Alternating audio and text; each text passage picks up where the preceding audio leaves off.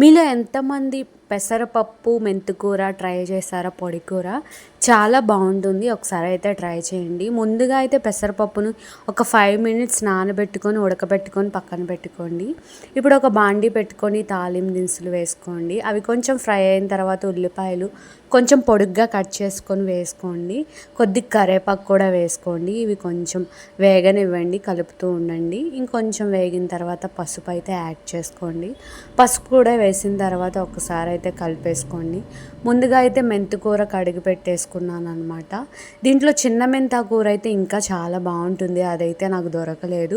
కొంచెం పెద్ద మెంతు అంటే మీడియం సైజులో ఉంటుంది కదా, అదైతే తీసుకున్నాము. ఒక 3 కట్టలు అయితే తీసుకున్నాను అనమాట. ఇది కొంచెం ఫ్రై అయిన తర్వాత ఉప్పు కొద్దిగా సరిపడినంత తీసుకోండి. ఇంకా ఒక్కసారి కలుపుకున్న తర్వాత మీ టేస్ట్కి తగ్గట్టు కారం కూడా యాడ్ చేసుకొని అయితే కలుపుకోండి. కొంచెం వేగిన తర్వాత పప్పు ఉడికించుకున్నాం కదా ముందే, అదైతే దీంట్లో యాడ్ చేసేసుకోండి. యాడ్ చేసేసుకున్న తర్వాత కలుపుకోండి. మొత్తం అంతా ఉప్పు కారం అంతా ఈ పప్పు కూడా మొత్తం కలిసేటట్టుగా మొత్తం అయితే కలుపుకోండి. ఇంకా పలుగ్గా రావాలంటే పెసరపప్పును కొంచెం తక్కువగా కుక్ చేసుకుంటే ఇంకా పొడి పొడిగా వస్తుంది.